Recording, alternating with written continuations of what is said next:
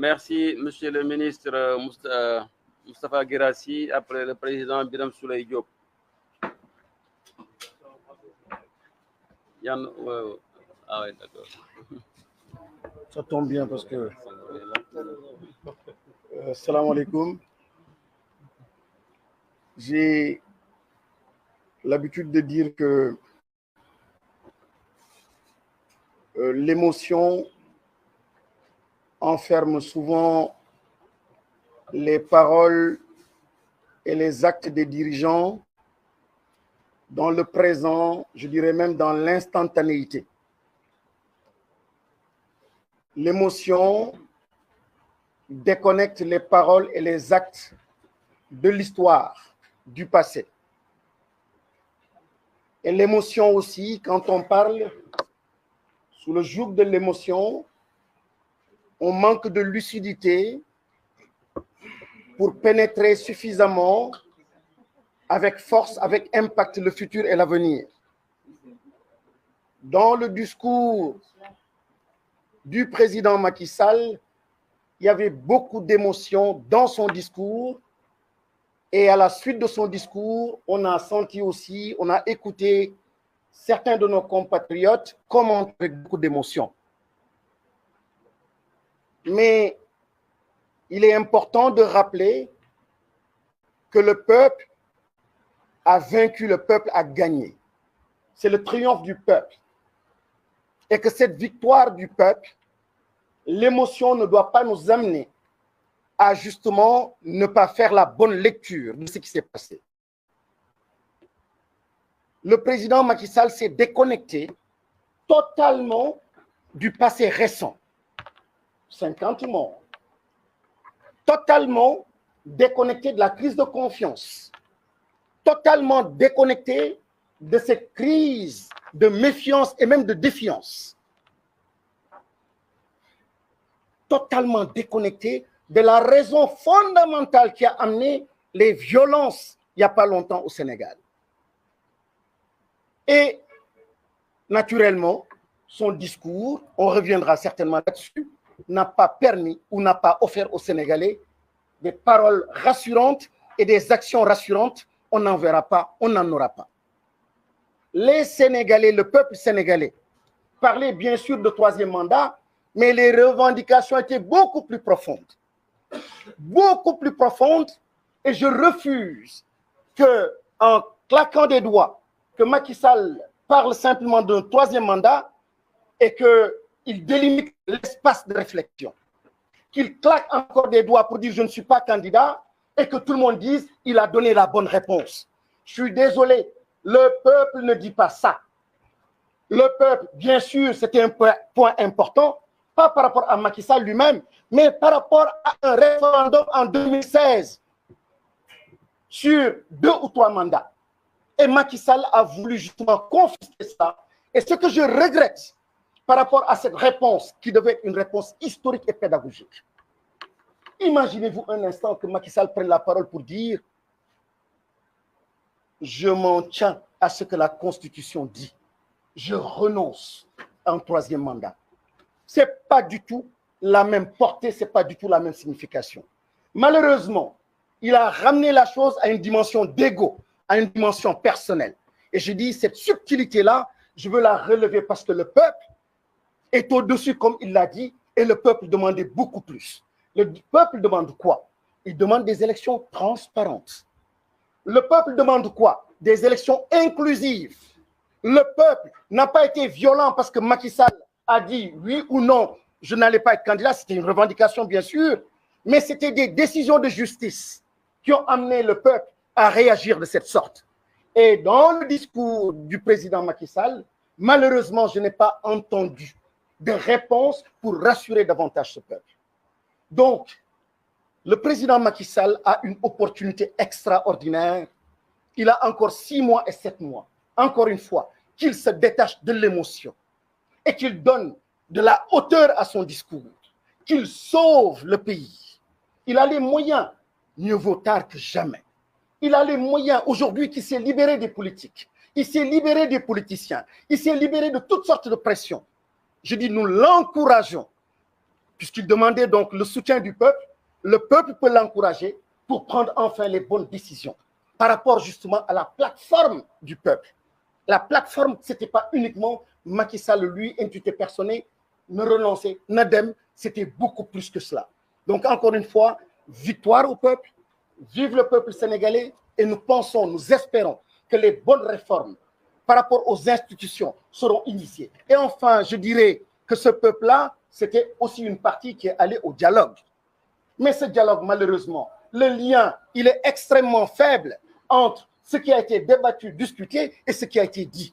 Et là aussi, encore une fois, c'est ce jeu et ce manque de respect vis-à-vis du peuple. Comment on peut mobiliser pendant 2-3 semaines le peuple en disant, c'est à partir de cette plateforme que je vais parler à ma nation.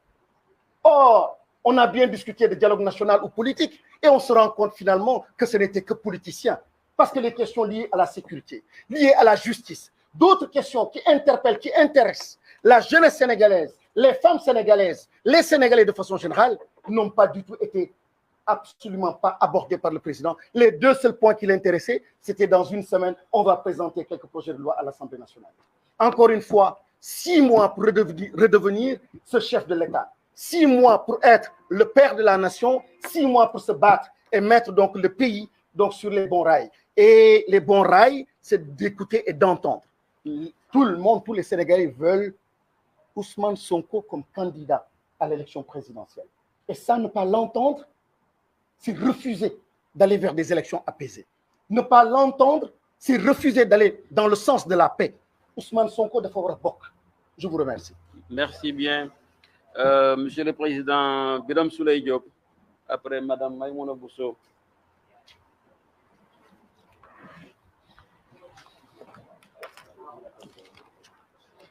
Bonsoir à tout le monde. Nous avons parlé tout de suite de code d'honneur du président sortant.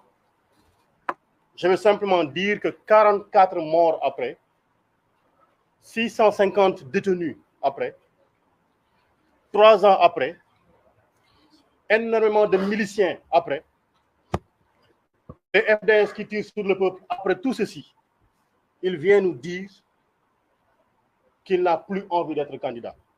Mais sachez que c'est absolument faux. Il n'a pas décidé, lui, volontairement de ne pas être candidat. C'est le peuple. Nous n'avons jamais cessé de le rappeler. La souveraineté appartient au peuple et le peuple a décidé. Il a compris que le peuple allait marcher sur lui s'il décidait d'être candidat. Et il a si bien compris qu'aujourd'hui, dans sa manipulation, il est en train de dire, vous là qui étiez prêts à manifester, à dire, vous serez dans la rue, vous aviez deux seules choses qui pouvaient vous mobiliser. La première chose était ma candidature, ma troisième candidature. Et la seconde chose, c'était l'interdiction de candidature à Ousmane Sonko. Aujourd'hui, vous tous qui aviez comme dénominateur commun l'opposition à ma candidature, restez chez vous. J'ai décidé aujourd'hui, en me prononçant, en disant que je ne serai pas candidat, je vais marcher sur Ousmane Sonko, je marcherai sur Pastef, je marcherai sur ses militants, je marcherai sur sa candidature, je le garderai en prison, je l'interdirai de candidater. Laissez-moi faire, laissez-moi m'occuper d'Ousmane Sonko. Voilà le message que nous avons lancé. Voilà comment il faudrait décoder le discours de Macky Sall hier. Et comment il y est parvenu, on le verra parce qu'il est en train de lancer des menaces derrière, comme d'ailleurs il est coutumier des faits. Donc ce qu'il a dit hier, mais est d'une extraordinaire banalité, parce que je ne suis pas candidat, il savait très bien et pertinemment que la Constitution le lui interdisait. Et je dis, pour ceux qui ont décidé de lui faire confiance, mais gardez-vous de totalement lui faire confiance, parce que comme il a été dit tout à l'heure par Ngagne Demba Touré, il garde sous son coude 3 cartes, 3 coups qu'il peut nous faire au dernier moment. Et j'avertis les prochains candidats de l'APR, évitez de manger chez lui, évitez de boire son eau, il est capable de vous empoisonner et de dire comme nous n'avons plus de candidats, je reviens, et de le faire à la Ouattara. Prenez garde, je parle de Amadouba, de Aly Ngouille Ndiaye et de tous ceux-là qui ont été cités, faites bien attention. Si vous n'arrivez pas à gainer votre bouche d'invulnérabilité, ne mangez pas chez lui. Mais je dis une chose, il n'est pas candidat et Dakar dort. comprenez ce que je suis en train de dire. Il n'est pas candidat et Dakar est en train de dormir. Ça veut dire que le fait qu'il ne soit pas candidat n'intéresse aucun de ses souteneurs. Mais qu'ils disent qu'Ousmane Sonko ne sera pas candidat, Dakar ne dormira plus. Qu'ils disent qu'Ousmane Sonko ne sera pas candidat, le Sénégal ne dormira plus. Et il faudra qu'ils le comprennent. Donc tout ceci n'est en rien une déclinaison du dialogue politique. En rien, il faut qu'on le comprenne. Tout ce qu'il vient de dire n'a rien à voir avec le dialogue politique. Il a compris le message qui lui a été lancé. Et comme nous l'avons dit, ça arrive à causer beaucoup de morts. Mais l'affaire CPI, on ne va pas lâcher l'affaire. Top cas les donne. Ils nous ont dit qu'il y avait des forces occultes dans ce pays-ci. La seule force occulte ici, c'est cet homme qui a voulu utiliser des forces de défense et de sécurité, accompagné de milices qui a tiré sur son peuple. Voilà la seule force occulte. Et qui aujourd'hui, parce qu'elle est tellement occulte, elle a envoyé cette force occulte, une ministre des Affaires étrangères, se rendre dans tous les pays du monde, se rendre à l'Union européenne pour nous servir un mensonge inventé que les gens n'ont pas fait, et ils n'ont pas fait 30 secondes pour la démentir. Force occulte. Il a dit les forces de défense et de sécurité ont tiré. Mais voilà, vous là qui êtes force de défense et de sécurité, on vous a donné la possibilité de tirer, vous avez tiré avec des balles réelles sur le peuple. Et aujourd'hui, on vous jette en patrouille, on vous jette en charogne. C'est un avertissement qui vous est lancé. C'est un avertissement qui vous est lancé. Aujourd'hui, moi, Birame Souleye Diop, parlant sur cette table, auguste table, invité de la conférence des leaders, j'ai dit la candidature du président Ousmane Sonko est une demande politique, est une demande du peuple. Elle ne dépendra aucunement d'un complot politique ou un complot judiciaire. Ousmane Sonko sera candidat. Nous battrons campagne avec lui. Il présentera son programme. Et si notre souhait, le bon Dieu l'accepte, il sera le président en 2024.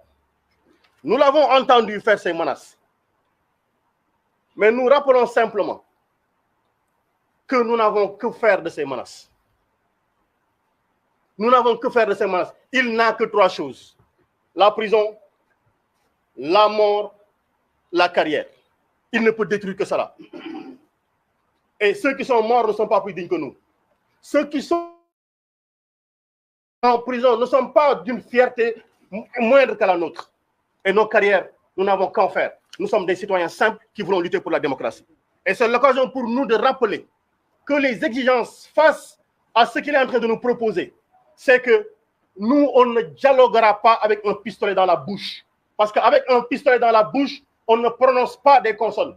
On ne prononce pas des syllabes. On ne peut prononcer que des voyelles. Oui, oui, oui.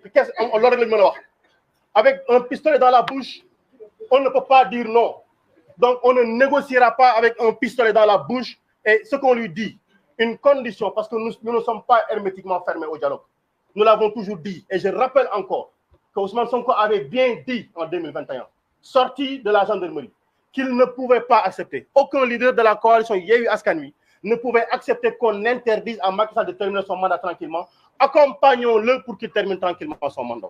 S'il se décide à respecter ceci, le dédommagement des victimes, une enquête indépendante contre les crimes qui ont été commis, la libération de l'intégralité des détenus politiques, l'arrêt de l'instrumentalisation de la justice. Nous avons vu avant-hier le ministre de la Justice commenter une décision de justice alors qu'elle n'est pas terminée.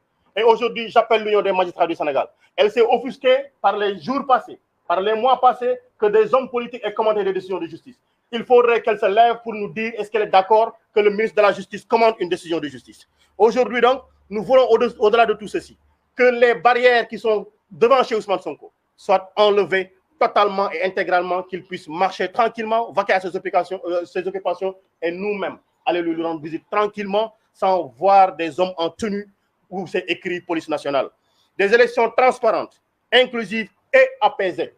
C'est notre souhait le plus absolu. Si c'est son souhait, on s'en prendra rapidement parce qu'il va arrêter ce qu'il est en train de faire. Si ce n'est pas son souhait, si son souhait reste d'éliminer Ousmane Sonko, il nous aura toujours en face de lui qu'il se prépare à nous mettre tous en prison. Nous rappelons aux Sénégalais, donc, tout ceci est que il nous a informé qu'il va introduire des modifications au niveau du code électoral et de la Constitution. En tout cas, nous, députés, Nous attendons fermement de savoir qu'est-ce qui nous amène. On ne se prononcera pas sur le sujet. On attendra d'avoir les informations sur le contenu. Mais sachez-le, Constitution, du rideau maïga, la Constitution, ce n'est pas le rideau d'un bar qu'on heurte à tout moment, qu'on se lève à tout moment et qu'on rabaisse à tout moment.